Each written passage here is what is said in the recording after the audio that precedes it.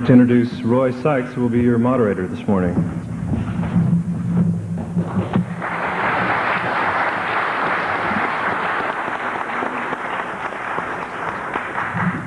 What a luminous panel, eh? Okay, panel? Glow in the dark. One, rotate.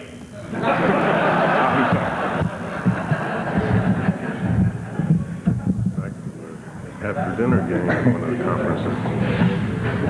The year was 1960. Transistors were the size of pencil erasers, and a 10-transistor radio was a popular gift item. Media still referred to computers as electronic brains. The state-of-the-art in computer memory consisted of rotating drums and magnetic bagels strung together. APL did not exist. Neither did BASIC, or Fortran, or COBOL. 𝗟𝗏𝗡𝗥𝗦 Corporation was locked with the International Business Machines Corporation, and they were waging a mighty struggle for dominance in the very rapidly growing field of computing. Most notably, none of those in front of you had gray hair. Most had not yet met. But one, Ken Iverson, a professor frustrated by his inability to concisely describe the workings of these machines to his students at Harvard, invented his own notation. As yet unnamed, that notation began to cause some excitement, cause people to think. In its race with 𝗟𝗏𝗡𝗥𝗦, the International Business Machines Corporation decided to hire that young professor, seeing promise in both him and his notation. Shortly thereafter, he met a genteel fellow by the name of Falkoff. The seed, incubated for a decade in one man's mind, was ready to send forth shoots. The next thing that happened, as a matter of fact, Adin, why don't you tell the next thing that happened?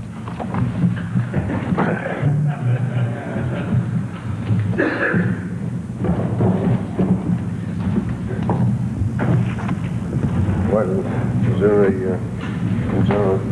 microphone that we can wear?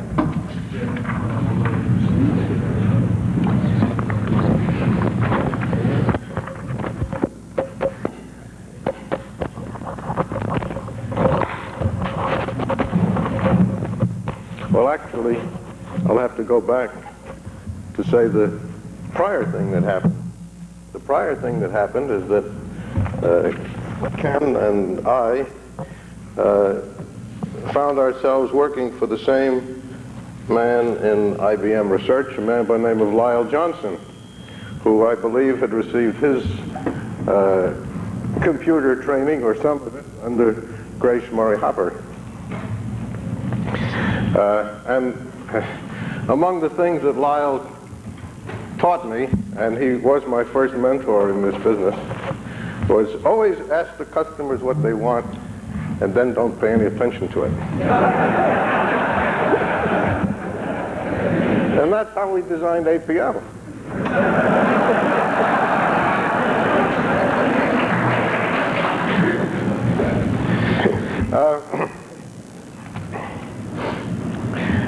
Since the advertisement for this session said that it was going to be a perspective, it just so happens that I have recently done something along the lines of perspective, and I wrote a paper. There's going to be a special issue of the IBM Systems Journal this fall on APL, and I wrote a paper for that called the IBM Family of APL Systems. Now, This is obviously somewhat parochial, since I deliberately and specifically dealt only with the IBM systems. However, I give a great deal of credit in general, as you know, to the other work that was done. Burroughs, Jim Ryan, and company, for example, were very early in developing their own system. However, it is still the case that a great deal of the work was done in IBM, and so looking at these IBM systems will give you some kind of perspective, and you can add in from your own knowledge some of the things that happen in the outside world, as it were.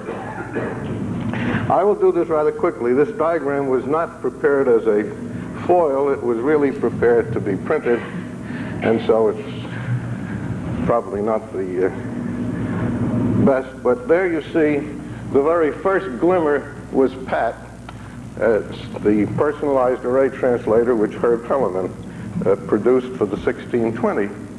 And that acted as somewhat of an inspiration in several ways. It showed that it was possible to implement an array language, and it gave some hope to being able to teach students on machines that were not so oppressively large that they could in fact fit into a classroom. Then in 1965, Larry Breed and Phil Abrams started to work on something which became IVSys, while some people out in California were working on I'm not sure what the M stands for, MAT 1500. 1500 was an educational system, so the roots of APL in education were quite deep. LC, there's a lot of interesting stuff here which I can't really go into right now. As I say, I want to give you a perspective. One way to look at it is to look at this column. And this column kind of starts with APL 360, basically, after IVSys. And the code survives down here.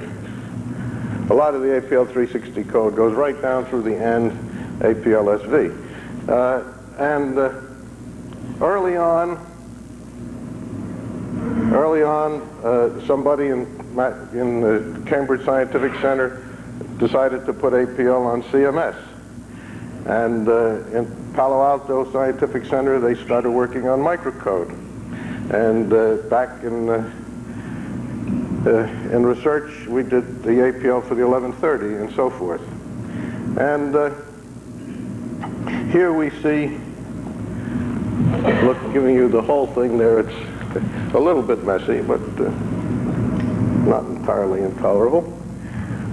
If you look down the middle column, you see the evolution of VSAPL, and the second column over here is the heritage of APL2, which you can see actually started quite far back in '73 in the Philadelphia Scientific Center, and earlier, in fact. We talked about some of the ideas for that. And then when a full-fledged development group was put in place here in California, and the VSAPL merged with APL-SV, and we got APL2. Over here, we see those are kind of big machines. Over here, we have smaller machines. And it's not generally known, I think, that the first personal computer was an APL machine. It was indeed built to be an APL machine, and that, in fact, was an inspiration due to John McPherson, who figures in the background of all of this. You don't see his name in the literature, but he was there. He was there. He early understood the value of the APL work, the value of Ken's ideas. He supported us in the sense of having us give courses at the Systems Research Institute, of which he was the head, and was always there with technical ideas, suggestions, and some influence in the higher part of the corporation. But in any case, the 5100 came from this SCAMP, and the A there stands for APL. And some of you may know that the PC, actually, the IBM number of the PC is 5151. And so APL, aside from the fact that modern PC systems depend to a great extent on the user interfaces, have borrowed a great deal from the early work that we did in APL and the applications that people wrote for APL. The actual hardware owes its provenance to APL. And over here we have the work that was done primarily at the Madrid Scientific Center and later Winchester, putting APL on the smaller machines, the PC. And this last one is something that didn't work out too well, but some of the ideas came in. So that, if you now can fuse that with your knowledge of what was going on in the outside world, the work at Scientific Time Sharing, the work at IP Sharp, the work at Burroughs and other manufacturers, you can get something of a perspective on APL over the years. I have a few small remarks I might make in addition.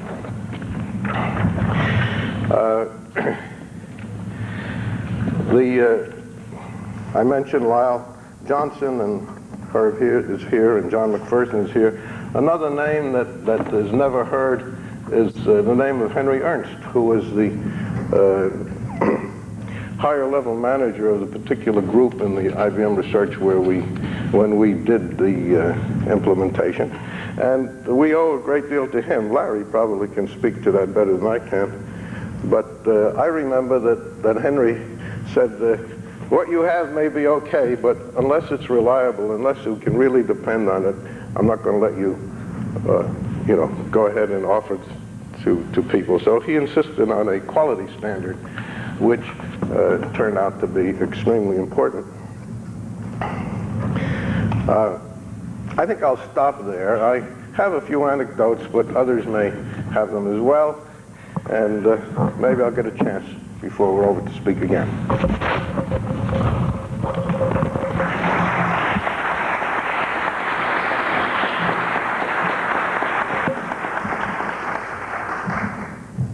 By now it was around 1962, and APL still did not exist, although there was a book called A Programming Language just published.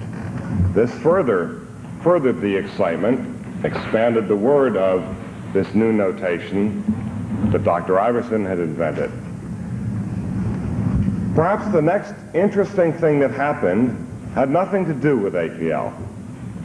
It was an implementation of a language similar to APL, perhaps, called PAL, PAT, the Personal Array Translator. And the person who wrote that implementation is here on the panel, Herb Hellerman. Okay, if it's okay, I'll speak from here. Is that okay? Sure. Yeah, rather. My earliest encounter with the APL phenomenon, if I can call it that, happened, as Adin reminded me, even before there was an APL, was when I met Ken Iverson in about 1960 at the IBM Research Center at Yorktown Heights. My main job there at IBM was as a researcher and later manager of a group working in what was called machine organization, but it would now be called computer architecture.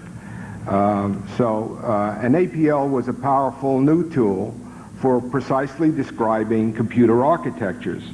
And we demonstrated this with several internal IBM reports describing architectures of the day, especially things like the Burroughs B5000, the wonderful new stack machine that was going to revolutionize the world, but didn't, several other architectures of the time. Remember, at the time, the language was only a paper one, since there was no interpreter or compiler. It was evolving. although it definitely reached the solidification point with the publication of Ken's book. I believe the date on that is 1962, when the book came out. That level of the language was used in the famous and excellent article in the IBM Systems Journal by Iverson, Falkoff, and 𝗠𝗘𝗥𝗏 in 1964 that precisely described every single instruction and much of the rest of the architecture of the IBM System 360 that had just been announced.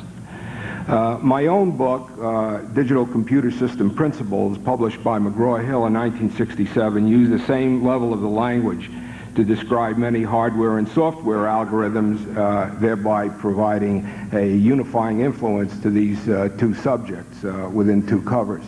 As you can see, I was definitely sold and very enthusiastic, and remain so to this day. By 1963 or so, I became interested in producing a computer implementation or translator for the language.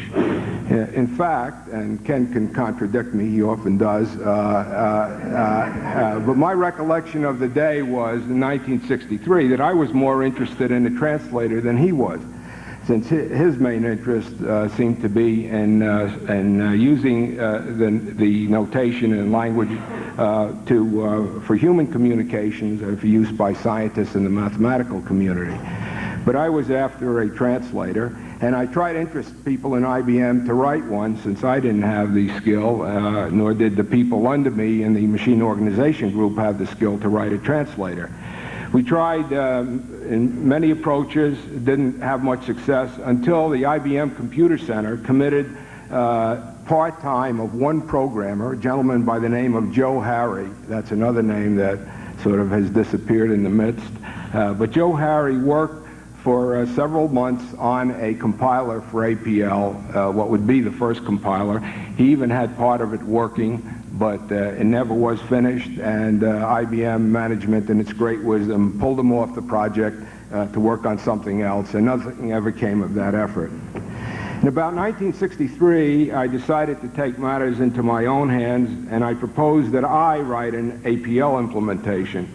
I strongly argued and felt at that time that APL was especially suitable for personal computing.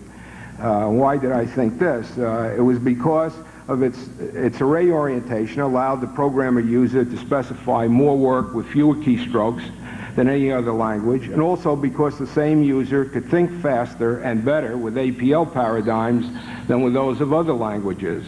And these traits were especially important in personal computing. These things may sound obvious today, but I would submit that in those days they were somewhat less so. Given limited resources, which was just me, and rather ignorant of software systems, I decided to confine the project to a single-user personal system, confident that when APL suitability to personal computing was demonstrated that way, it would we could later do a multi-user time-shared system that would be economically feasible. IBM Research agreed to these terms, and I was given sole use of a Model 1620 computer, IBM's small scientific computer of that time, which was about desk-sized. The keyboard was a 1620's console selectric typewriter. The computer had 20,000 digits of memory, about 10 kbytes, and the card reader punch. Later on, it was upgraded to 40,000 digits, a wondrous increase, and a disk drive was added. As for the language, I started with Ken's book, but quickly suggested some improvements. The major one was to throw away the clumsy epsilon notation so that a scalar taken with a vector or matrix with any operator would automatically apply to every element of the vector or matrix without the need to multiply the scalar by an all-ones epsilon array as the language then required. My implementation was called PAT, short for Personalized Array Translator. It had two major and really terrible limitations. First of all, it was only a small subset of APL, and secondly, and probably more important, only one operator was allowed per statement. There were no expressions. These limitations were largely due to my own limitations in what I understood about software at the time. The PAT system, however, was used rather intensively and enthusiastically by some scientists at IBM Research during the period 1964 to 1966 approximately. A batch version of PAT was produced for the 7090 by a gentleman by the name of Lyle Heath, and some people used that. And a paper was published in the ACM Communications in 1964. Perhaps Pat's main influence on APL was that Ken Iverson started to play with it. Although he was not happy with its limitations, to say the least, he had a chance for the first time to see a live system using language and observe its effects on people. He was teaching an off-hours high school class at the time, and I remember him bringing the students to the lab to run their programs on the 1620 PAT system. On one such occasion, he brought a visitor, a young man named Larry Breed, who, as I recall, was a Stanford student, or I'm not sure, undergraduate or graduate. He'll clarify that in a minute, perhaps, who spent several hours with us. As it turned out, that was the beginning of a whole new major chapter in the APL history.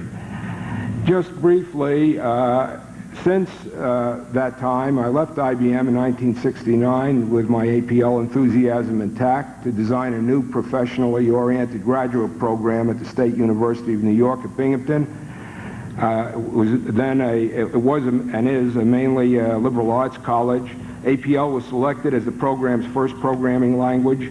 Students from many disciplines discovered computing via APL on the excellent campus time-sharing system that had in the meantime been developed at IBM by Breed, Lathwell, and Moore. Some students thereby found their life work as computer professionals, and I attribute this in part to the stimulation of APL in their early computer encounters. My own involvement with APL in those days included a second edition of my book, Digital Computer System Principles, published in 1973, that used the implemented and now familiar APL language rather than the earlier language version, and also a 1976 book, APL 360 in Applications, which was essentially from the notes of the text we used at Binghamton. Although my work in the past several years, which is strategic planning at the 𝗠𝗏𝗏 Corporation, does not involve programming, I'll always look back on APL with very warm feelings, not only because of my personal involvement with its development, but also because of its almost magical effects on many people, especially young people. That's what I have for now.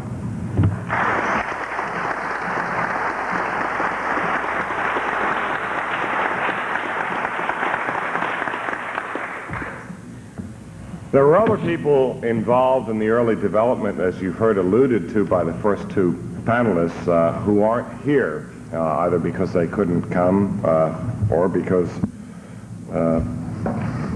in some cases, because of death. One of them, John Lawrence, is another invisible name, but he was the one who was instrumental in getting IBM its first wide public exposure. Namely, he was, I believe, the editor of the IBM Systems Journal at the time, that a 4-page description of the IBM System 360 was published in APL. The next person I'd like to introduce you to is a person few people here know. Everybody up here knows. John McPherson was a manager. And surprisingly enough, we need them. Those are the... John McPherson, perhaps more than any other person, was the envelope which carried this whole group of writhing people and brains and ideas out into a commercial reality, out into APL 360. John, will you say a few words to us about those times?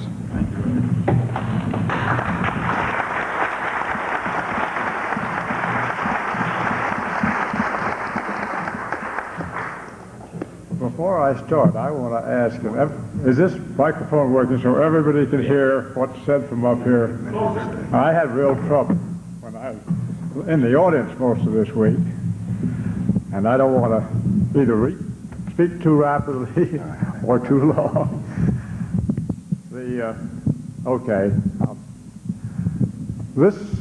My interest in APL arose from essentially my job of helping run the first IBM Systems Research Institute in New York at the time when we were first realizing that our people helping customers in the field would have a problem in helping people make full use of the equipment then becoming available as the electronics took over the field we all know now. As a result of that, in that position, I've had the good fortune to have Ken Iverson come in to teach one of the courses in our first Systems Research Institute, and have Adin come down for many courses thereafter to teach other ways of IBM systems engineers what the business of being a system engineer was and how to do it. As a result, this was a matter of continuing interest to me and has been ever since. This was, of course, this was at the heart of the things I felt IBM wanted to do, namely to help other people make better use of computers. And to my mind, APL still represents the ideal way for people who don't know anything about computers to get some of the benefits of the computer. And from that standpoint, I'm just delighted to be a part of this group and to continue my interest in education and in the use of APL or growth of IPL, which I hope will continue for a long time.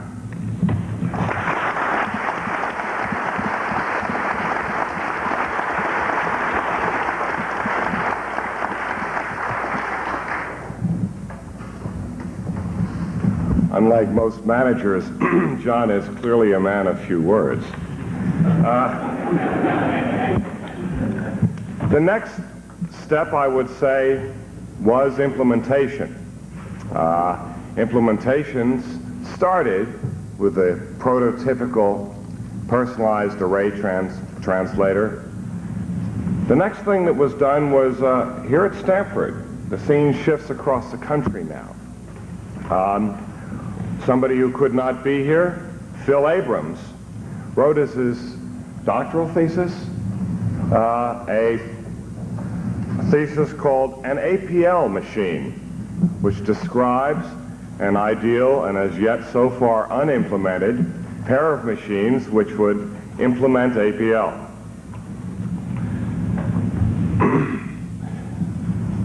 Very soon thereafter, Hold on. what? Phil's thesis was in '69. Was it 69? He worked with you. I don't want to spoil the story. Okay, my story has been spoiled, though. The thesis was published in '69, but before that, Phil worked with Larry Breed, on implementing an advanced form, if you will, of the personalized translator, this one using punched cards and written in Fortran. It truly was the first implementation that we might recognize as APL. Let me have introduced Larry Breed to tell you more about it.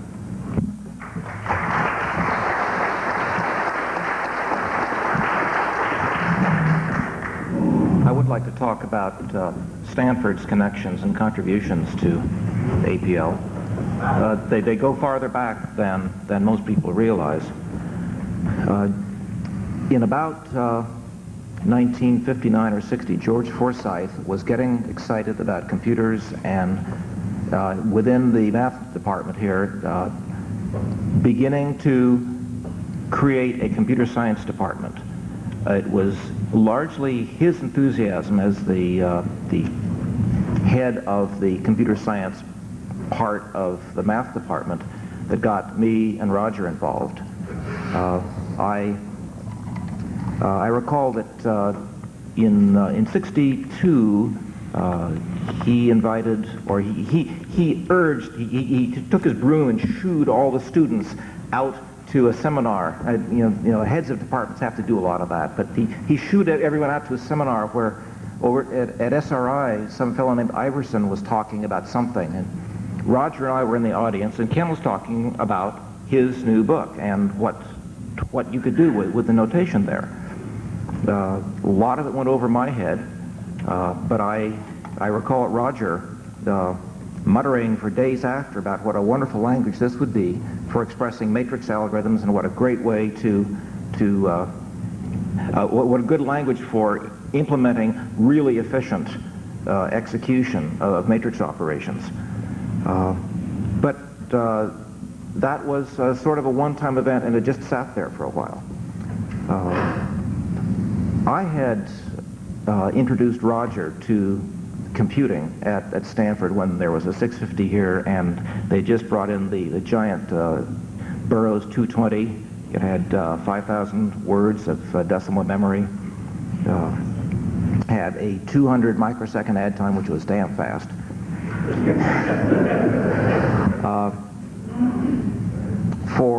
For a short while, Roger was groping through the initial concepts of working with computers. I had been in the field already for 3 or 4 months, and so I was clearly senior, knew a lot more than he did. It wasn't too long after that with IBM bringing in the 7090 for Stanford and George Forsythe encouraging work on an algol compiler for the 7090 that matched the compiler we had for the 220. Roger was in the heart of building that compiler, and I and the others on the team that were doing that, we did our part, but mostly we just struggled to keep up with the true genius that Roger was putting into the development of his part of the compiler. He was creating control structures that have not been seen since or before. They're remarkable stuff. George Forsythe was a seminal influence on many of us. John McCarthy, he brought John McCarthy here, and McCarthy brought with him not only Lisp, but he brought a PDP-1 and a time-sharing system that let people program in assembly language and use a text editor, but it ran on a machine with a few kilobytes of memory and a drum, and it time-shared. It swapped in 4K of memory, gave you a slot to do some programming in, and then swapped it out and swapped in someone else's. And it was largely that model that Roger and I based the APL time-sharing on when we finally got to research. Mike Montalbano was an enthusiastic IBMer and Iverson notation user in the early days, who was here at Stanford giving classes in the biz school using Iverson notation. He gave a seminar that I attended, renewed my interest, and later when Ken came through to talk about his formal description of System 360, it was Mike that introduced me to Ken. Someone else that George Forsythe brought in as a guest professor for a year was Gene Amdahl. Amdahl was IBM's lead architect on the 360. He was at Stanford in 64 to 65, and Phil Abrams, who I had just met, Phil and I spent the year camping in Gene Amdahl's office and learning so much about machine architecture and introducing him to Iverson notation. Remarkably enough, the same System Journal issue that had the formal description of System 360 also had Amdahl's article on the 360 architecture. Amdahl had never heard of Iverson notation and was surprised and gratified to find this arcane notation being used to describe the architecture of his baby. There was warmth with Amdahl and us that persisted for many years, and in fact, well, about 10 years later, I got in contact with Amdahl again when he had started his new company, and partly as a result of that and Gene's feelings about APL, Scientific Time-Sharing was the recipient of the first commercially installed Amdahl 470 as its mainframe. Well, I went to Yorktown in the middle of '65. As Herb told you during my interview session there, I got to play with Pat. I wrote a program to translate an arithmetic expression to Polish notation. By the way,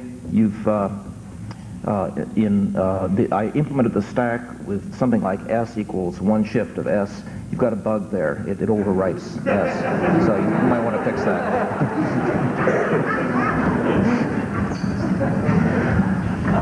It was a fascinating time in Ken's group. We were just moving from it being a paper language to being a language that was being implemented. And there were struggles to understand what this really meant. One thing it certainly meant was leaving the freedom of notation you could write anywhere on a blackboard to something that had to be enterable on a computer linearly. This limitation in your type fonts. The language had only two-dimensional arrays up to then. There was a kludge to provide a family of two-dimensional arrays in the formal description, but basically it was 2D arrays. There was a mu and nu, two functions to give you the row length and the column length, or vice versa. Row was a brand new function that I'd never seen before that Ken and Adin had come up with in the months previously to work with multidimensional arrays. We didn't understand what the shape of a scalar was. I remember an argument with Ken and Adin and me over the shape of a scalar. Yeah, we couldn't agree on something as fundamental as that. Certainly something as complicated as scalar extension we wrestled with for a long time. That is, should a one-dimensional array scalar extend? Should a one-dimensional vector extend? Well, rho v, the shape of v, is not a scalar. Can you say v divided by 1 rho v? Don't know. We were struggling with the aspects of interacting with a computer user and what it meant to have error messages, input and output. None of this was explored yet. At that time, functions were not defined with a del. They were you knew f was a function because it was f in a different typeface. We used f overstruck with a wiggly underscore, wiggly overscore. That key was later replaced by a del symbol, and now we have the del editor. Something else going on at the same time was that IBM as a whole seemed to be afraid of time sharing. It was new, it was not batch processing. There were a few one-off machines that did time sharing. And I remember a visitor telling Ken and us with some heat that it was wrong to give back the kind of response time that APL could give people. The system that he was proprietor of automatically built in a 5-second delay on every input before it would print anything back, because he said that kind of fast response frightens users. So, grasp, if you can, what the environment was like. This was all brand new stuff, and no one really had a clear idea of what time sharing or APL ought to look like. Henry Ernst was mentioned. One of the important things that Henry did for us, in my view, was that when I thought of bringing in someone from outside IBM to help on the implementation, the one person I knew was deeply interested was Roger Moore at IP Sharp Associates. Henry put up the money to bring Roger down, a short-term consulting arrangement. Sometime later, I had to inform Henry that we'd kept Roger there longer than we'd expected. I'd overrun by about $5,000 the amount of money that we had budgeted, and Henry sighed and said, okay, I'll cover it. But it's little things like that that kind of support at the mini level made the difference sometimes between APL making it out or not making it out. One of the common threads in that whole period was a tension between the language creators and the implementers. Ken and Adin were creating the language. Ken certainly was the genius behind the language. And the rest of us, I think, tried to outdo each other in being conservative about what went into the language, the implementers as much as anyone. I'll give you 3 examples of ideas that came up that the implementers resisted and to some extent refused to implement because they just seemed wrong to us. One that was being proposed early on was that we get rid of the and or symbol and use min and max. And something was wrong with that, and what it turned out to be, of course, was that they don't have the same identity elements. But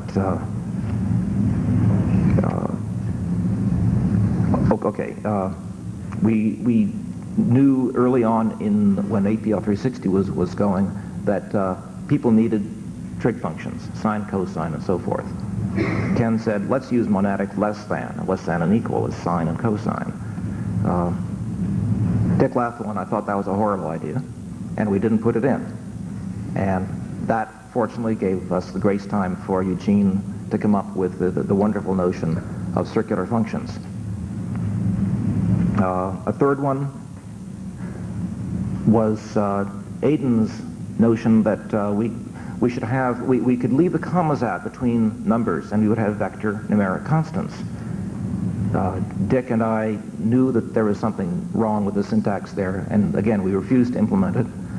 And it took some number of weeks before we admitted that we were wrong, and we did in fact install the vector constants that now are it's hard to look back and imagine there could ever have been any controversy about something as straightforward as a vector constant. Another common thread back then was the arguments. Ken Iverson loves arguments. I think I got hired by arguing with him. I recall once in the 65, 66, when John McCarthy came to visit research, and he visited Ken's group, and Phil Abrams and I were there watching while Ken was showing John McCarthy, I think, 𝗖𝗛𝗧, the one written in Fortran that ran on some primitive time-sharing equipment. And they were arguing about languages and language principles, and I think it was something like this. It's important to have a uniform representation for the elementary objects in your language and a uniform way of creating the structure to hold these elements. It's important to have a way to map a function to apply to all the elements of a structure. And they were each saying things like this in their own words and getting angry. And Phil and I were watching in amazement, seeing them saying exactly the same thing to each other and disagreeing violently.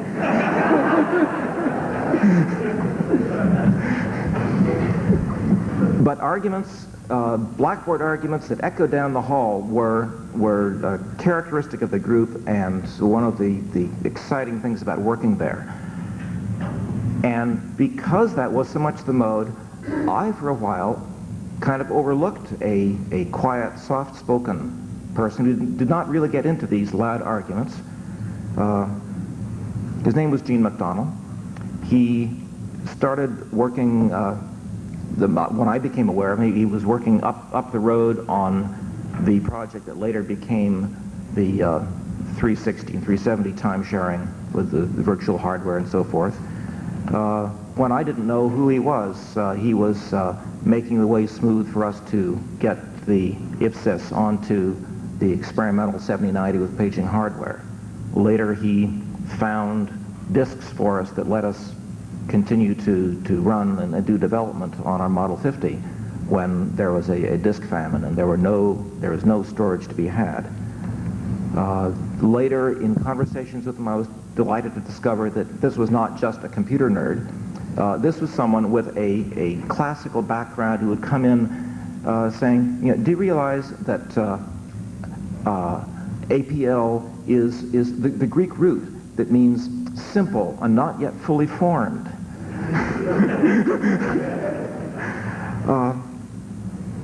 He was a wonderful tempering influence on the group, and someone who loved amateur mathematics in the way that I did. The kind of math that isn't real math to a mathematician, but it's the fun stuff. It's playing with the golden mean. We spent evenings at a terminal trying out, let's see what happens with, well, the name for it is phi, the 1.61 something. You can get a lot of different ways through the Fibonacci series and so forth. Let's try, phi, bang, phi, shriek, phi. Let's try, all combinations of APL functions and see what happens. And marvelous patterns coming up. And I remember his being just as surprised and gratified as I was. And later doing so much to merge APL with the delightful part of mathematics. All in all, Yorktown in those days was the most exhilarating environment that I've ever worked in. I feel in a way that I started my professional career at the top, going to work for Ken and getting to work on this project. It was wonderful fun, and I'm very glad to be part of it.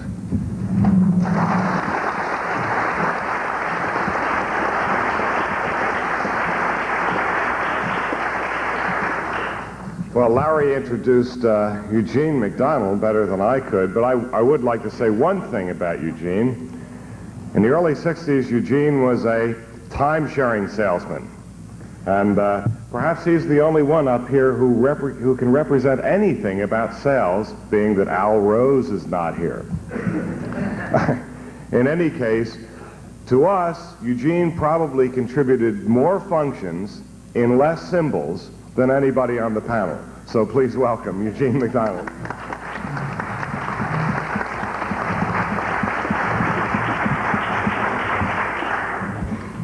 Thank you.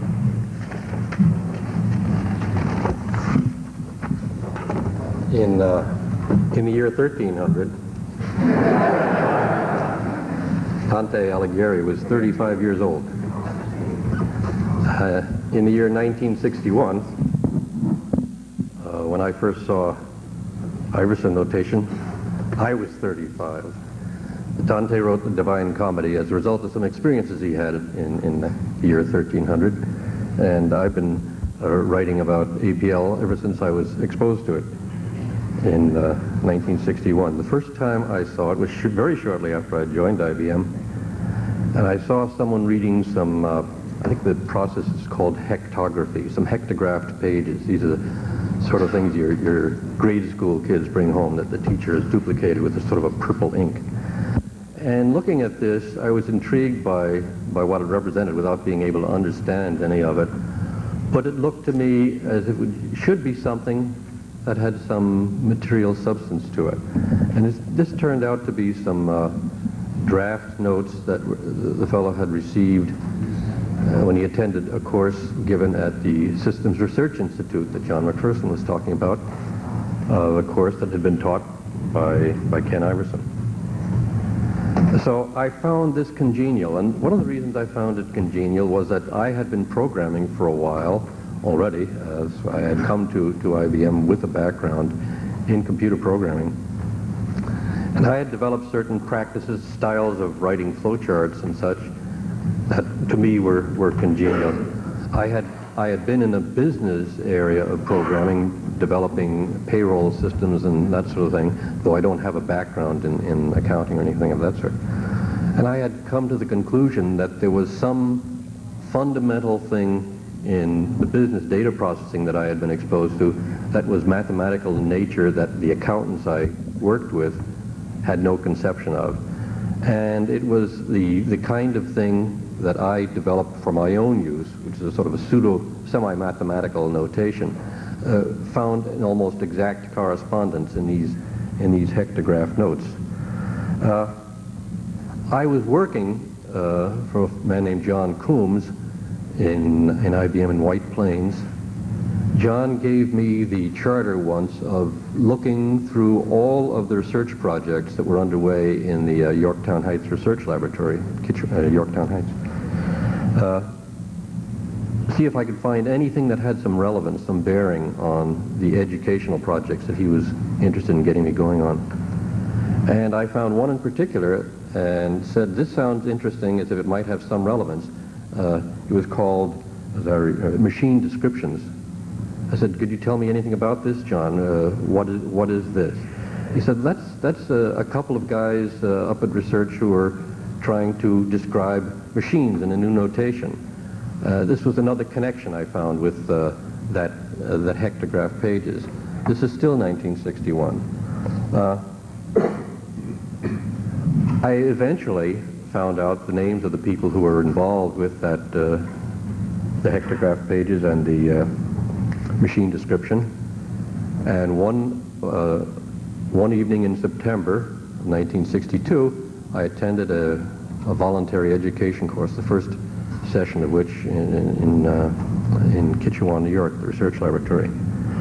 And sitting there waiting for the teacher to show up with a handful of students, we were bursting the seams of the room that it was in. It was a very, very small room. In walks this chap and he looked around and said, we'll have to get a bigger classroom, and turned to the board and started writing on it and talking at the same time. And did that for an hour, it seemed to me, in retrospect. Probably he relaxed in between. I think we had a coffee break sometime. But this fellow turned into a two-handed talker because he was writing on the board. He'd turn and give us some of his face, and then he'd start writing on the board again with his other hand. So that was something that kind of startled us. And First the right, then the left? I forget which it was, but it might well have been right to left, yes. That, of course, was Ken Iverson. And in a few weeks, we had moved to a bigger classroom. And one night, I think it was September 26th, and you can find it, by the way, in the museum that we have here. There's a dog-eared copy of a book called A Programming Language. And if you could look inside, you see on the flyleaf the date. I think it's September 26, 1962. The box had just arrived from John Wiley, his sons in New York. Ken opened the box up and handed them out to us, and I was one of the lucky people to get a first copy of the first edition of A Programming Language. I might mention Howard Smith was also in that class, so his roots in APL go way, way back. But we shouldn't be talking about APL yet, because there was no APL. What I was doing in IBM was, after that education experience I had with John Coombs came to an end, I went to work for a man named Andy Kinslow, who had some ideas which were very close to ones that I had been expressing about using computers and communications. My background before I came to IBM was in communications, and I was very disappointed when I came to IBM to find out that their notion of a system was two boxes hung together by a cable. I was used to systems that were ganglions of nerve fibers spread over the entire continent, and I thought that one useful way to use computers was to connect teleprinters to them so that you could send things in and get results back. Andy Kinslow had the same idea, and he was the primary person responsible for this time-sharing system, which later became the host to IBSYS, the first real implementation of an interactive time-sharing system. Kinslow, by the way, had attended one of the courses that Ken taught, and in later years he used to say, I was exposed to APL, but I didn't catch it.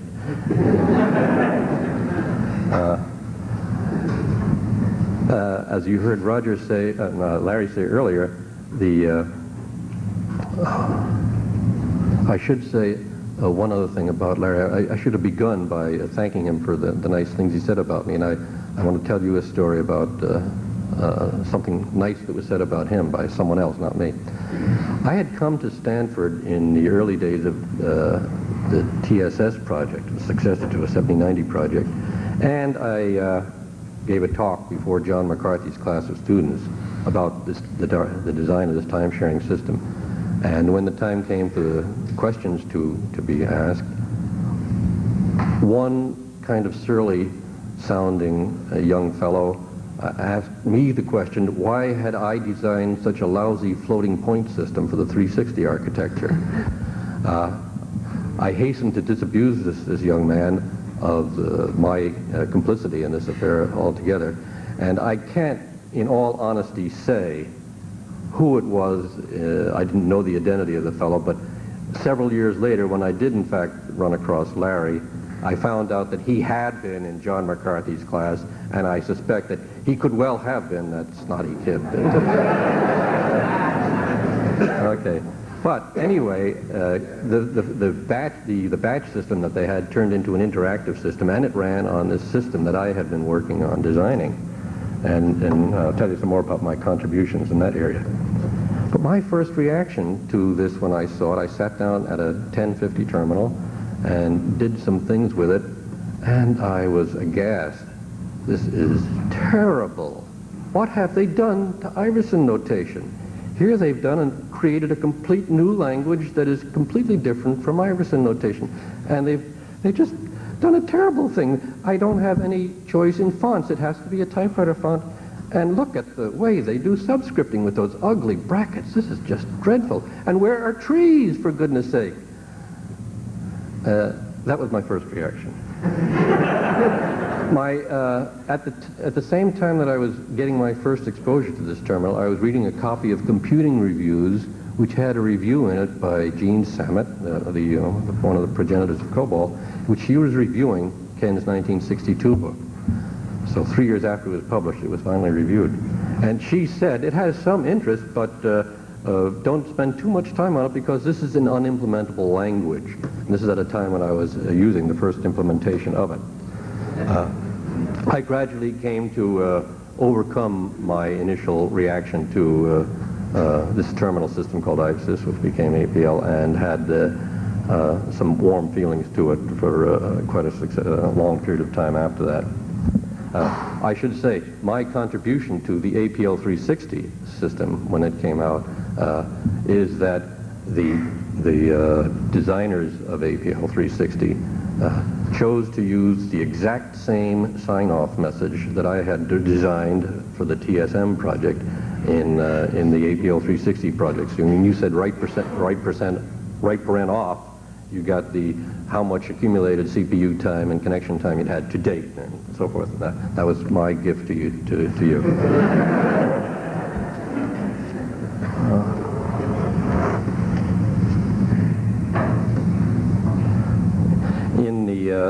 I had got to know Ken in that 1962 course, and I met him in the halls of the Mahansic Laboratory where I worked one day, and I noticed he was carrying something, and I looked at it, and it was a electric printing element, and I looked, and he said, look at the characters on it. So I looked and said, oh my goodness, an Iverson ball. And he looked at me and said, it's an Iverson printing element. And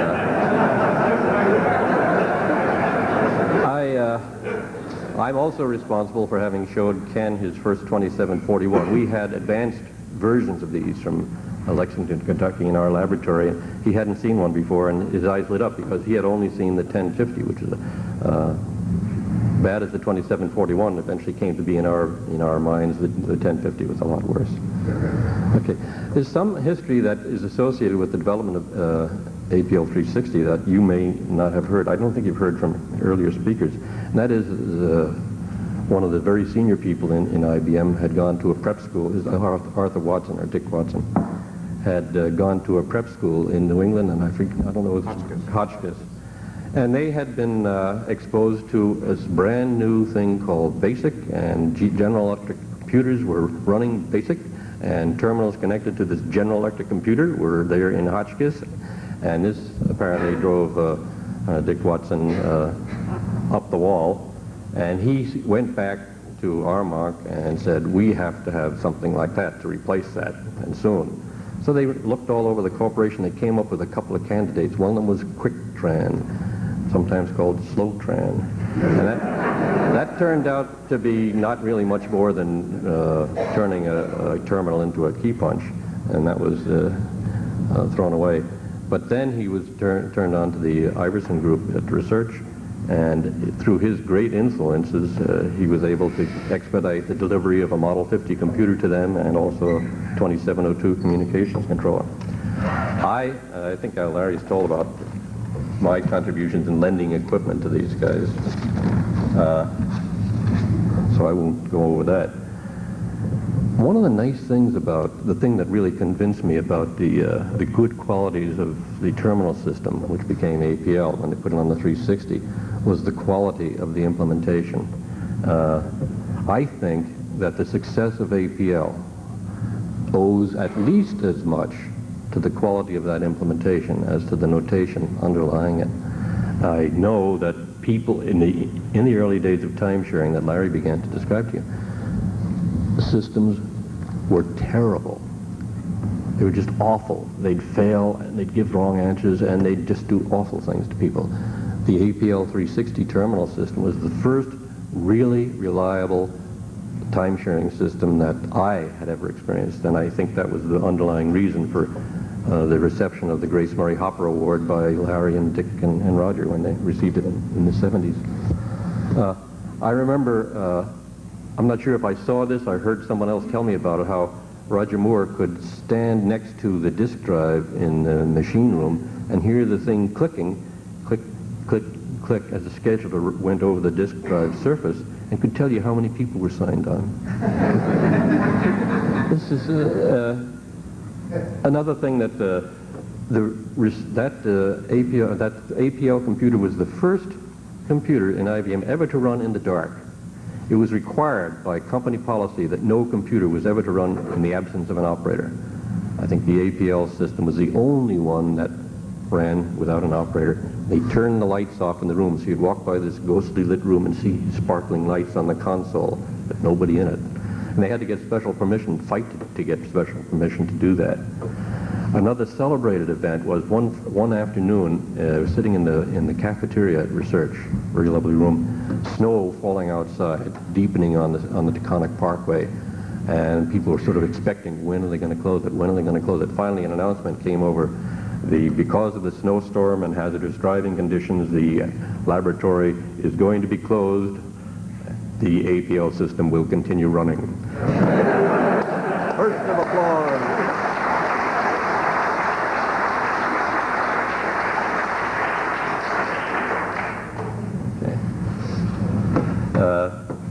I had, as I say, been at Stanford early in the 1960s and given a talk on time sharing to them. And I met an IBM SE there who I later met when he visited our Mahansik laboratory doing this time sharing systems design. I'll call him by the name Goody Two Shoes because that's not his real name and I don't want to offend him. I asked Goody, did he know anything about some programmers that my friend Ken Iverson had hired that had been at Stanford? I said, well, who did he hire? I said, well, his name is Larry Breed. He just sliced it up. Larry Breed, he's the best programmer in the United States. So I said, well, that's consoling. And, I was kind of worried about it because I knew that Larry I was going to try to set up a demonstration in somewhere in the Los Angeles area of this time-sharing system, and I'd wanted Ken to go out and do the demonstrating. And it turned out that Larry was in the area, and he commissioned Larry to do it. And I was kind of worried about this 25-year-old kid doing anything really significant. So Ken assured me that Larry was worth doing it, and I was immediately reassured by Goody about that. And he said, who's the other guy from Stanford? I said, his name is Roger Moore. Roger Moore, he's the best programmer in North America.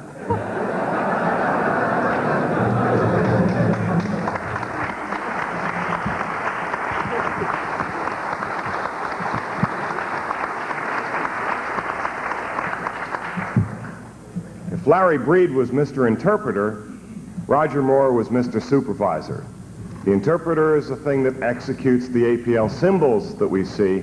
The supervisor is the piece of software which deals with the operating system and decides when it can turn the at that time, telephone or hardwired line around after a 6-space indent to let the other person talk.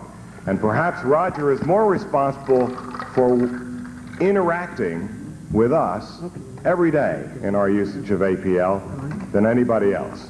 Roger, would you like to say a few words? And if he says no... Can you hear me from here?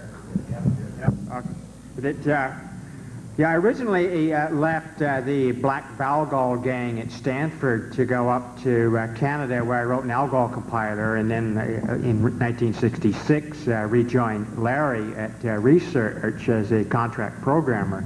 The purpose was to take this working Fortran version that was running on the 7093 TSM at Mahansik and move it 10 miles down the road to another machine. Now it seems simple. After all Fortrans are the same. And however, this experimental Fortran with its 21-bit virtual address space and things like that was missing continuation statements and a few other minor frills in Fortran. And there was also problems with the functionality of the operating system. The upper and lower case input from the terminal got mapped to a common case, which is what Fortran needs. The attention key didn't really work very well, and also the general system reliability was such that the time to compile one Fortran module was about the same as the mean free time between system failures. And save didn't really work either. So the little delays in this porting project sort of led to Larry and I starting on the design of our own system, which wouldn't have to deal with those other people, and all we had to contend with was the hardware, which is perhaps simplification.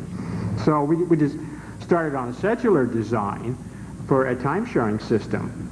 In doing this, we were somewhat influenced by the JOS time-sharing system running on the Joniac computer at the RAND Corporation.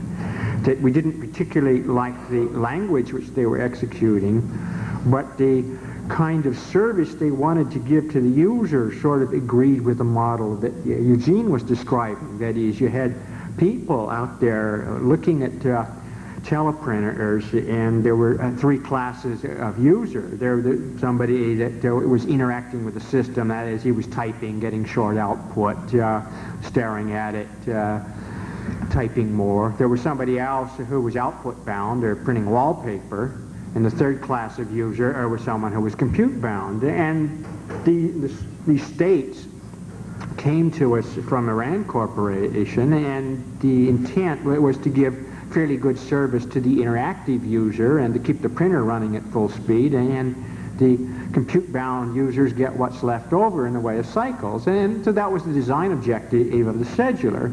Given that we had some design objectives, so we sketched some APL functions that would do this, and I'm told that over in the museum in Tresidder you can actually see the original APL functions which described the system, and I think it would easily fit on one page, because there were really only 3 functions there. There was, given that you had users swapped into main store where they could be executed, there was a rule for picking one to execute and cutting them off after 100 milliseconds or something and letting someone else execute. A rule for deciding whether or not there was anyone out there on the swap disk who should be brought into store, and if so, selecting him to swap, or starting at the creation of an empty space in store. So there was a swap out scheduler which included a decision at least one user has to be brought in, and then given that the swap out had finally completed and that the disk channel was ready for another user, we could bring somebody in from the disk. And so there were really just 3 functions that we needed for the scheduler, and that was it. And so with APL, it wasn't very hard to describe these and analyze them and perhaps fix some of the bugs, and then these were transcribed to assembly language. We also had what are now known as device drivers to worry about, that because we looked at the IBM software that would particularly support the 2702 and concluded that it was of no value whatsoever, that perhaps IBM software has improved since that day, and some of it is of value, but so we made the decision to write our own complete standalone system. In the original APL system that was used to save one clean space was a true standalone system, that there was no operating system other than APL once it got going, and this created some problems with people who wanted to do other things with the machine. But why would anyone want to use a machine for anything but APL?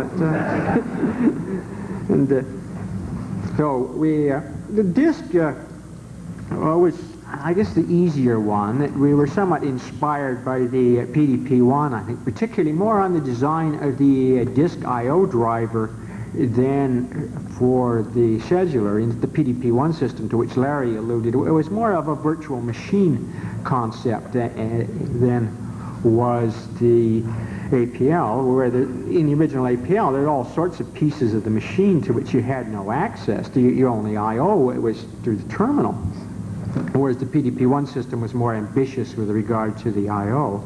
But it did have a very fast mechanism for exchanging the user address space, and some of our analysis concluded that yes, we could get high transfer rates through the IBM hardware, that perhaps doing some things which maybe the software people might not have approved from, because the reason for the 36K workspace was that one cylinder of the IBM 2311 was about 36,000 bytes.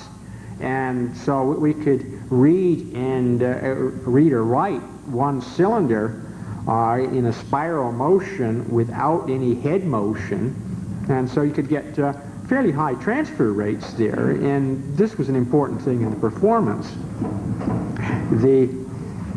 This also led to the workspace concept, which I guess was also, as Eugene pointed out, within the 7093 system. But we had started with what was intended as a mechanism for having some of the user's variables and functions out on disk, and while he was inactive, and then when you add a directory system to this and more disk drives, this becomes, you have right paren save and right paren load, and it's an easy way to give someone a way to hang on to their work. It's a little ugly, as anyone who's tried to implement right paren copy knows.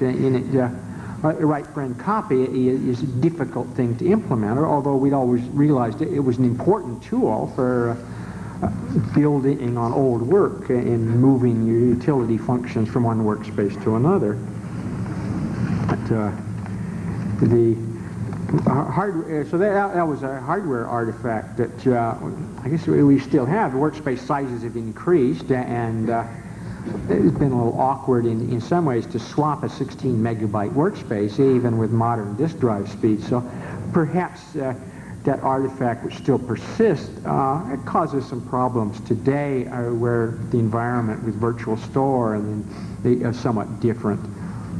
I guess the other artifact from that era of the hardware is the half-duplex nature of the terminals, that both the 1050 and particularly the 2741 were pretty much half-duplex. It is one side is allowed to transmit until such time as it decides to relinquish the line, and then we have line turnaround. And that's had heavy influences on the language. Things like AP1 and APL-SV sort of follow that model, and I don't know if we're ever going to get asynchronous input. The micro APL presentation gave some hint as to alternative on the Macintosh, but it is an awkward thing to get around. That the response time was certainly something we were worried about. The interactive users, and both the concern about making the disk transfer go as fast as we could, such that I think in practice we could drive that technology at about 75% of its theoretical maximum speed for more than an hour. perhaps the response time to the users wasn't very good, but we did move a lot of bytes over the channel in an hour, as we were in what might be called a thrash situation. We originally started with the 1050s, which were rather complicated terminals. I recommended them to anyone who repaired their own television set.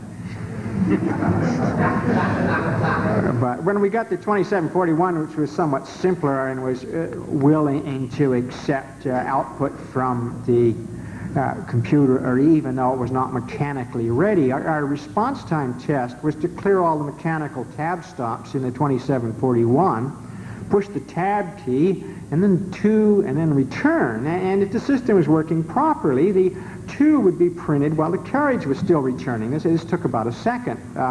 In fact, you could almost do continued samples, and you had a nice recording of response time as the response to the 2 was printed back on the fly, and it's certainly good. The other hardware thing at that time was the Eugene wasn't quite right about figuring out IBM 23 just by ear. It took the Memorex 660, which had a cylinder address display, and if you looked at the max reduce of the cylinder address over about 1 minute, you could compute how many cylinders were in use for swapping, and in that day we had, I guess, 4 users per cylinder, so you divide by 4, and that gave you IBM 23.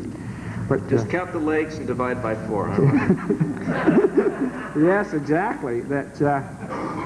Except I eventually left the Happy Frisbee gang at Research and went back to IP-Sharp in Toronto, which I received a demo. I guess Ian had been visiting to see why I was spending so much time without generating all that much revenue down there, and he got a demonstration of APL from, I think it was Ken, and was so impressed he decided that IP-Sharp should go into the time-sharing business.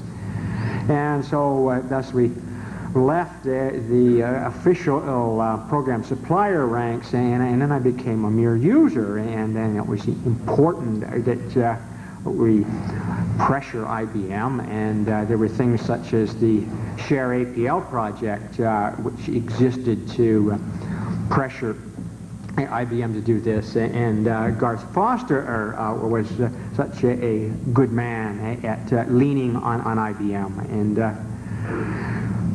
so I came to know him through there, and the APL project eventually matured and hived off as the 𝗠𝗘𝗏𝗏, and he was, I guess, Ian had dealings with Garth. He was a very generous man, and he was selling subscriptions to APL 𝗠𝗏𝗏𝗏 at 2 a.m. in a Manhattan hotel bar, and so Ian purchased a subscription, and Garth was so happy to get another subscriber, he immediately used the money which Ian had given him from a subscription and bought Ian a drink.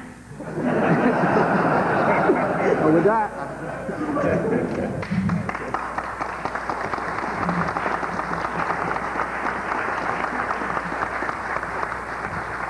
there are 2 other people on the implementation team who aren't able to be here. I thought I should mention their names. Luther Woodrum, who's responsible for grade up and grade down, and Dick Lathwell, who ultimately became responsible for the design, I believe, of shared variables, certainly the implementation. As you heard Roger mention, Garth Foster came on the scene peddling copies of 𝗠𝗏𝗏𝗏. Well, actually, before this, there was no SIG APL. In fact, there was no staple, the progenitor to SIG APL, and there was no 𝗠𝗏𝗏𝗏𝗏. There was, however, Garth Foster, and he'll tell us about what happened. I've been asked to try to give you a view of what happened in the user community, and I have to take you back, the only way I can do that is from personal experience. Take you back to the year 1966. I had just been hired by Syracuse University to be a research engineer on a contract that we had on time sharing with Romare Development Center at Griffiths Air Force Base.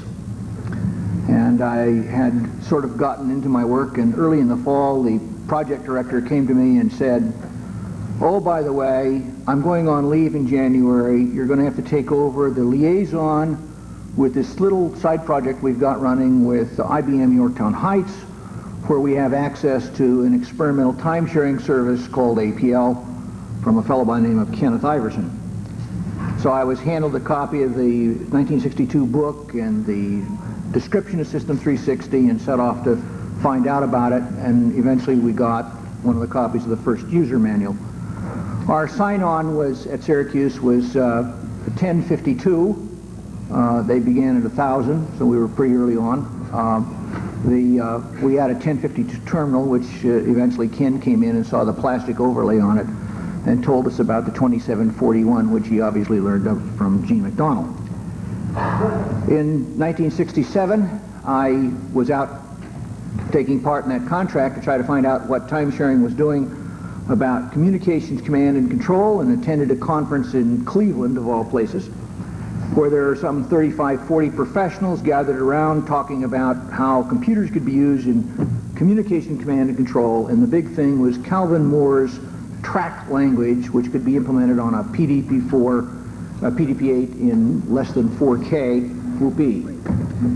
There were only 2 people at that conference that knew APL. I sort of knew it, and I kept my mouth shut and let the other guy, who was Ken Iverson, talk to him. At that conference, one of the guys that, almost like a child, became so mesmerized with APL, he decided eventually to leave Western Electric and form a chain of interactive computer system companies called APL/Philadelphia Manhattan. It was Carl Korn. Subsequently, his company went bankrupt because he thought it should be treated even in those days as a utility. In 1969, Carl Korn called me back up again and said, "We're getting a project called the Interactive Systems Project, and we're going to have a subcommittee of that called the APL Committee. Would you attend, share?" And I went to share, and right away, my enthusiasm of justifying being there, I said, "Yes, I will put together a newsletter for you, and it will be called Share Raised to the Power of APL 360. And the newsletter first came out in early 1969. It was later in 1969 that the first users conference that Herb Hellerman spoke of took place at SUNY Binghamton. I went there. I had the local IBM salesman take me by hand almost and say, "I would like to have you meet Mr. McPherson." Now, I knew that Mr. McPherson was a pertinent person of importance because the salesman walked up to him sideways and genuflected. It was at that users conference that I was taken to the side along with Cyrus Kreveling of NASA Goddard and Conrad Wogren of the University of Massachusetts, and it was decided that we would undertake establishing the next APL users conference, which would be in 1970 at Goddard's Space Flight Center. At that conference, I noticed that most of the attendees were IBM salesmen who were there to try to find out about selling APL 360, which had become IBM's first program product. There were people from other walks of life other than IBM who were interested in implementation and interested in use of APL, and so I was going around hounding out the share newsletter to them. Somehow that didn't seem wrong to me at the time. I got thinking about it afterwards, and I became so interested in the fact that they all wanted to talk about their APL implementations that I took up the courage and invited them to come to a conference center that Syracuse University has called the Minnowbrook Conference Center. And so the first APL Implementers Minnowbrook Conference was held in the fall of 1969. I was amazed at the large number of people that actually came from that invitation. In 1970, we had the Goddard Spaceflight Center Conference, and before that took place in the summer, a very interesting thing happened to me. That was that I had been on the phone several times with Larry Breed, who was then with STSC, trying to convince Larry that he ought to allow me to use Air Force money to buy a copy of the file system so it could be added to our APL 360 system so we could have files, all of the version that he was bringing out. Larry was reluctant to let us have the file system because we were using Air Force money. We were in the middle of the Vietnam War, and he had strong feelings about anything about APL being used that might further the military effort if he could avoid it. And so I assured him that we would take extreme steps to make sure that Romer Development Center never got their hands on this, and they didn't have any IBM computers at the time, so it was pretty safe in that regard, and that they wouldn't be able to use our system for anything in the terms of the military. And it was at the agreement from that, over an agreement arrived at over the telephone on good faith, that we got the SCSC file system at Syracuse University. We went to Goddard, and by that time we'd had so many people outside of the SHARE project interested in the activity. Carl Korn, we'd been moved up in SHARE from the establishment of a regular project called the APL project, but the powers that be in SHARE didn't want Carl Korn to run it, so they asked me to run it, and so it became at that point, and I figured it was too much to continue to try to edit with all the problems I was having with the 𝗑𝗏𝗏𝗏𝗏, so we recruited a couple of editors, McEwen and Watson from Lakehead University in Thunder Bay, Ontario, of all places, and they took that over and proceeded at that particular point.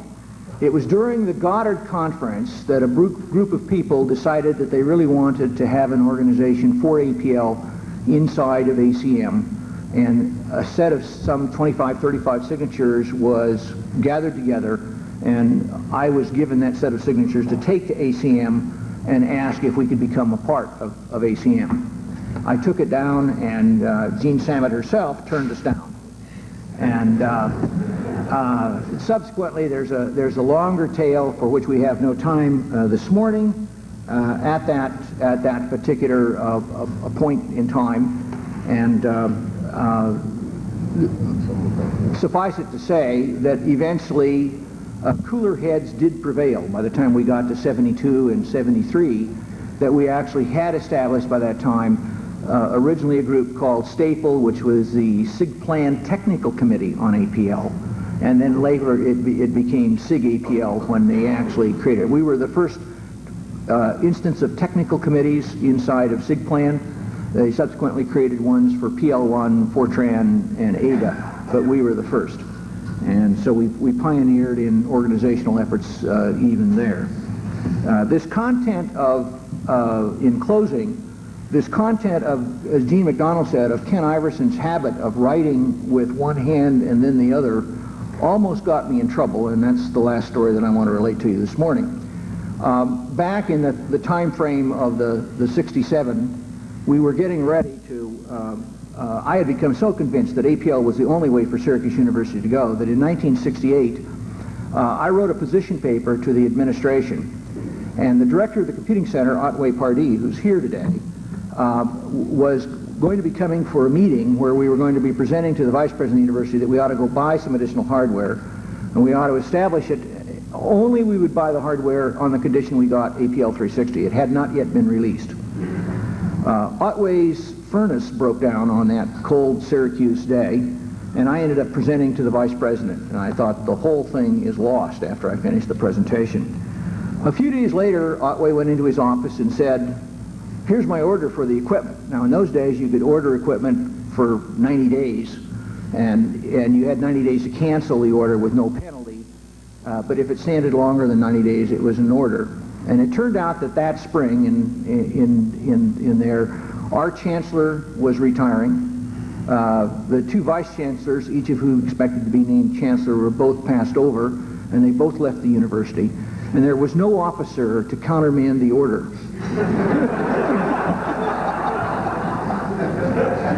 𝗠𝗏𝗏𝗏𝗏 wisely said nothing. By fall, the equipment had been delivered to IBM warehouses, and soon we had the entire IBM branch office at Syracuse University pleading the new chancellor that he had to take the equipment that his institution had ordered. And that's how we got APL.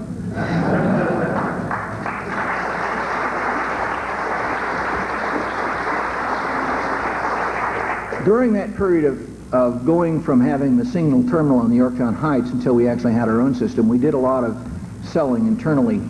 And we did a lot of that by having Ken Iverson come down to make a talk for us. And the first time that he came down, he did the same kind of lecturing that he always has done every time that I've seen it, and this is where I almost got in trouble, is that he was proceeding with this hour-long, 2-hour-long lecture, whatever it was, that was part of a meeting, and we had this break in the middle of it.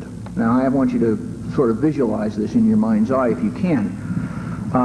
We had a break, and we headed for the restroom, and next to me is Bill Jones, who subsequently succeeded Otway Part D as computing center director and was a great supporter of APL. And he and I were at this bank of urinals, if you could picture that. And Bill Jones says to me, "Did you see what he did?" And I said, "No, what did he do?" And he said, "Well, he started writing up there with one hand, and then he shifts and he starts turning toward me." I said, "Don't tell me now."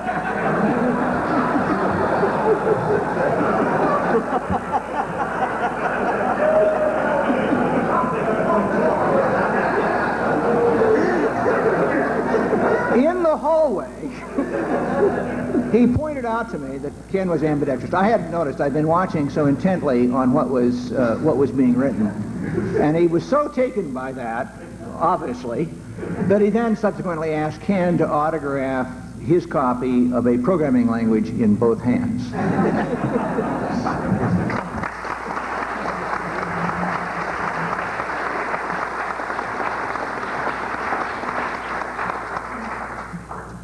Well, I'm sorry. I have to apologize, but this particular 9-inning game is going to go into extra innings, so our sponsors and affiliate stations, please bear with us. There's little I can say that Ken Iverson won't. Ken?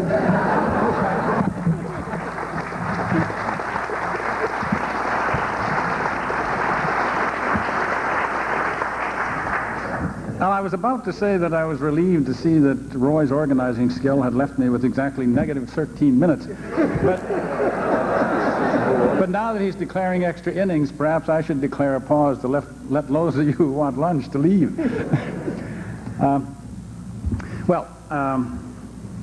Clearly, I can't take time to refute all the misstatements I've heard this morning.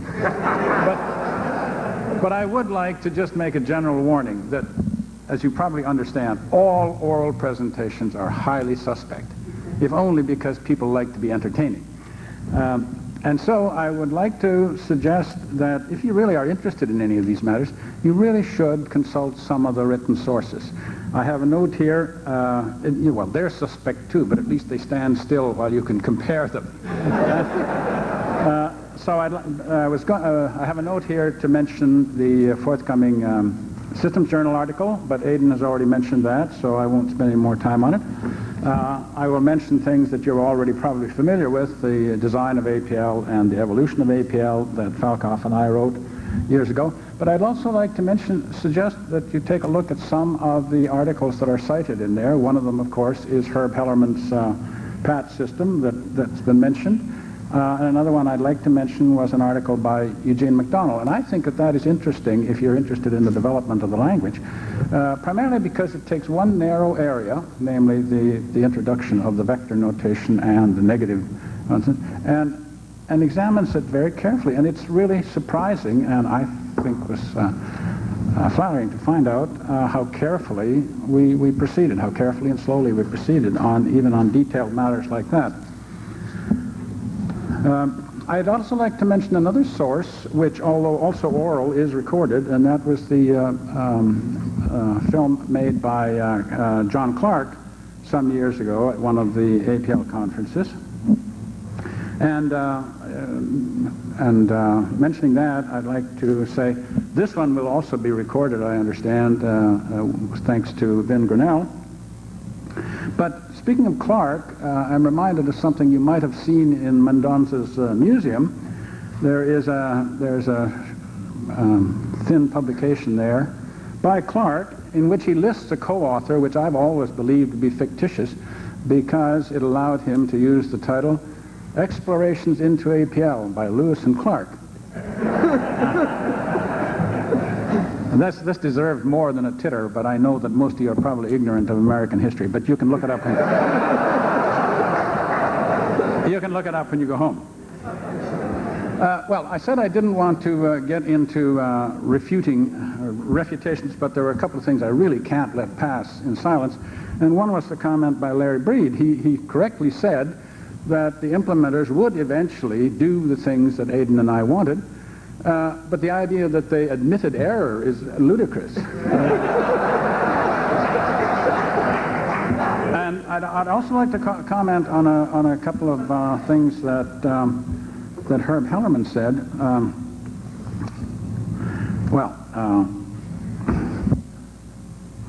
First of all, I should say that he mentioned one or two contributions he had made to the language itself, and I could think of more to add.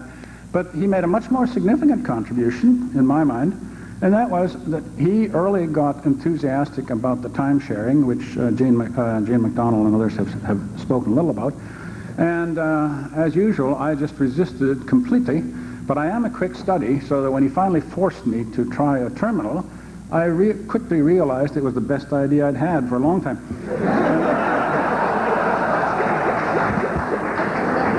Now, to get a little more serious, I'd like to say, I mean, I can tell anecdotes too, but since it is close to lunchtime, let me try to stick to a particular theme that I think is important in looking at the development of APL, and that is the evolution and the way that it evolved. And I'd like to comment on a couple of things that I think have been really very sort of deep sources of the directions that APL has taken, and it really goes back to my time as a graduate student. I didn't think it at the time, but I was fortunate. I didn't think it fortunate at the time, but I was fortunate to have two thesis advisors. And one of them was 𝗟𝗡𝗏𝗥𝗦, who was a primary influence. And the importance of that was that Aiken, after having designed and developed a series of machines with support from IBM, from the Navy, from the Air Force, had realized that the time had come when industry was sufficiently motivated and sufficiently equipped to do a better job of developing new computers than universities. So while other universities were happily starting new projects, designing and building machines, Aiken was preaching and working on developing a course or a program for teaching people how to design and use machines. So he would well, matter of fact, he finally, in 1955, then introduced a program which he called Automatic Data Processing, a graduate program. And I was one of 4 of his graduate students who hatched just at the right time to help him man this. And so it was from that I really got to turning my attention to education. So my basic motivation for developing notation was very simple. It was that I began quickly in teaching in topics much broader than the things that I had encountered in mathematics. I began to realize the limitations of the mathematical notation I had been raised on, and started to develop notation as I needed it.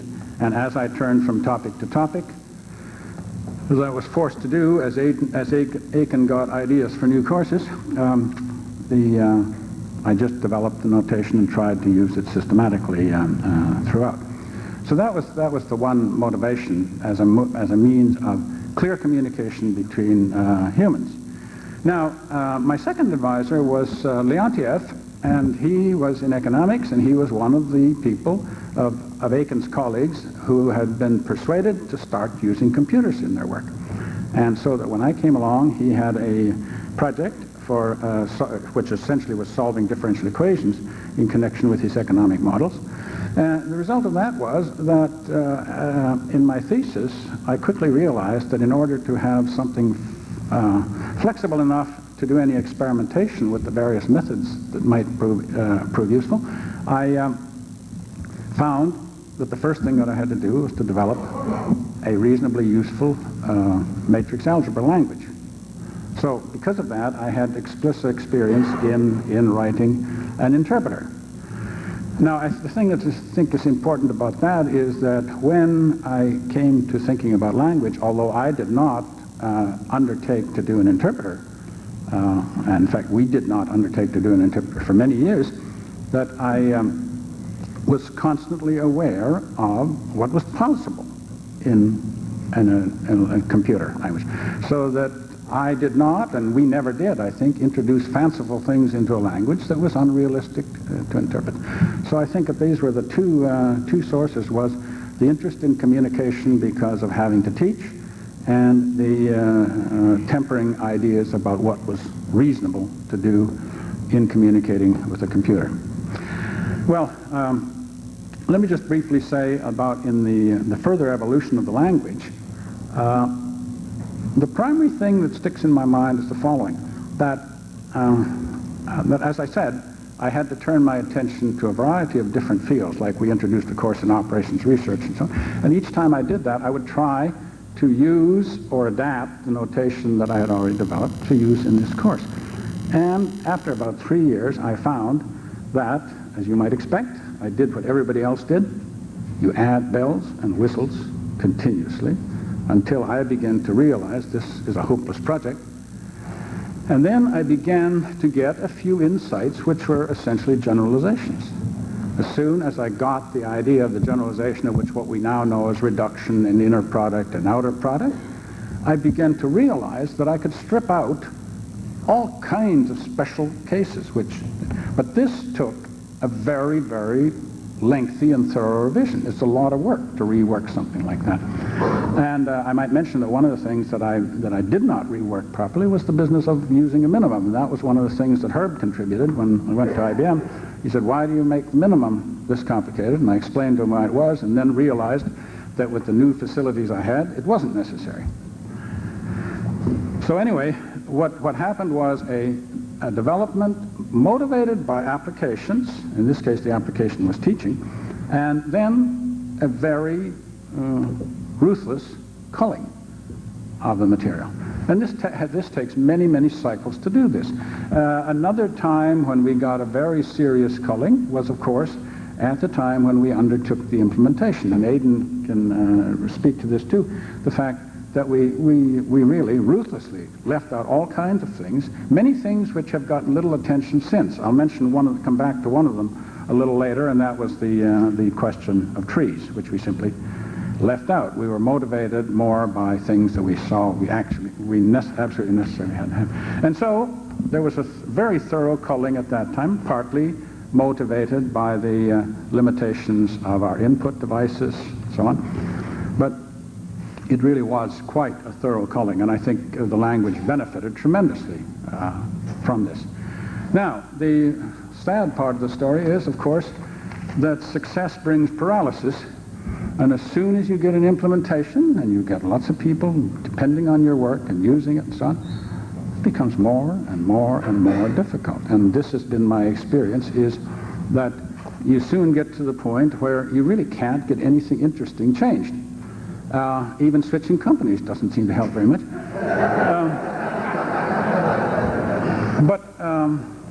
But anyway, that's the way that I view that the evolution. It's important that evolution take place. That there is a very thorough and ongoing culling. Now, I suppose I should conclude with a moral of this, and in a way. As far as long-term evolution is concerned, of course, we don't have to worry about that. Time does cull things ruthlessly, and I'm sure it will go on, and we won't be able to have any effect on it. Or as Peter de Vries says, time wounds all heals.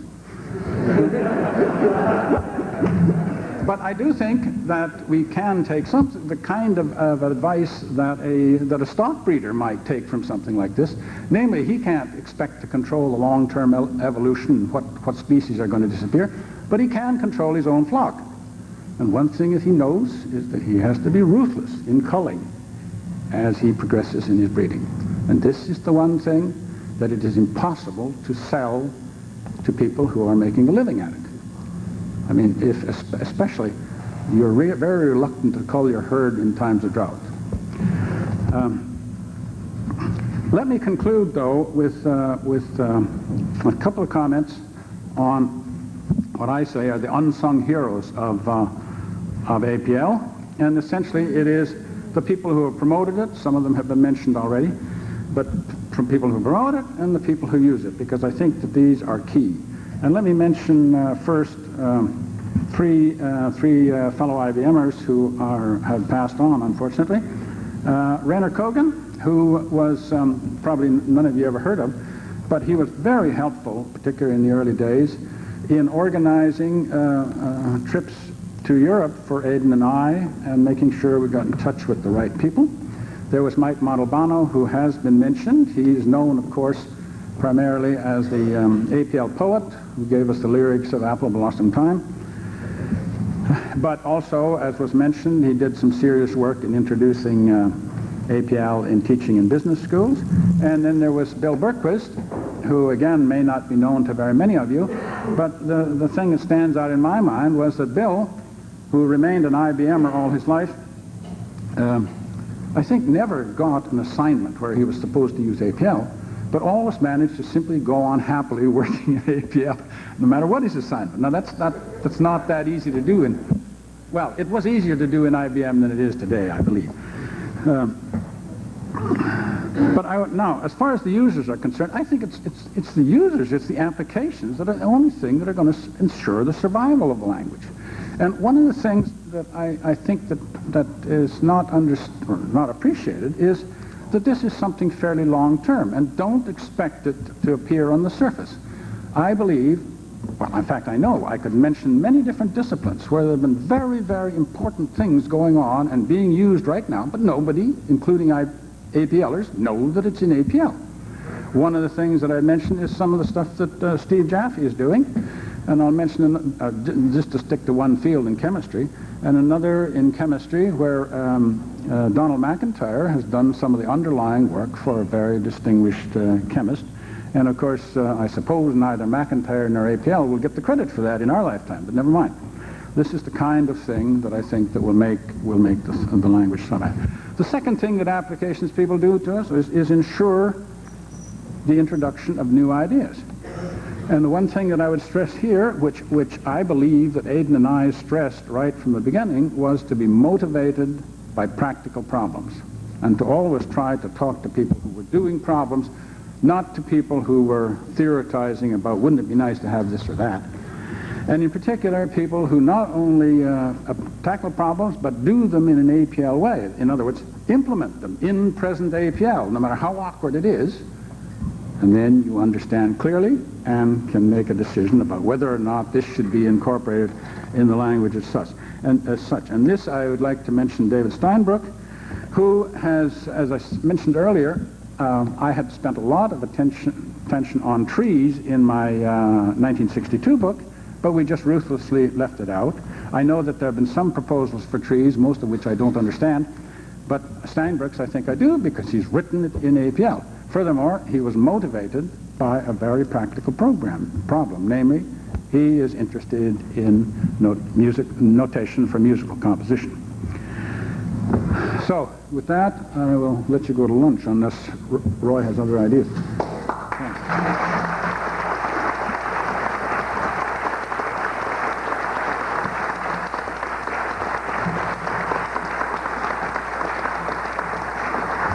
Well, we had planned to have some interaction with the audience here, but given the time and so on, I know I've been feasting on this, but my stomach is nonetheless rumbling. However, if anybody has a question that they think will be illuminating to all of us, we'd be willing to entertain one or two. Here's a modest man. Ed? Yeah. I'd like to mention one machine, because we have the claim that the first... Ed, people can't hear you, and so if you'd just like to ask a question rather than... Well, I just want to mention the MCM-70, the first portable APL computer in 1973. And then I want to ask about the standard and APL connections of Donald Knuth and Niklaus Square. Anyone who knows about them? Okay, could everybody hear the comment? The MCM-70, was it? In 1972, a one-line portable APL terminal was probably the first, pardon? A machine, sorry, a standalone machine. And the question was, what was the connection between APL Stanford, Donald Knuth, and who was Nicklaus Wirth. Larry? Okay. Before Knuth was at Stanford, he was a kid in short pants at Caltech writing compilers for Burroughs. And it was some of his work with the compiler on the Burroughs 220 that got Roger and me involved in computing in the first place. Claus Wirth was a brand new associate professor in computer science at Stanford in '64. I took his intermediate programming class. He introduced Iverson notation, and this was the first reminder I'd had since Ken's presentation in '62 at a lecture, and I later helped teach that same class with Wirth, and if you go to the APL Museum, you'll see some class notes. The summary of Iverson notation, Mr. Breed, Mr. Wirth. All right, well, I think we all should go to lunch. Things have been pushed off. Clearly, the SIG APL meeting will be at 12:45 in here. Eat fast. Thank you for coming. And thank everybody here.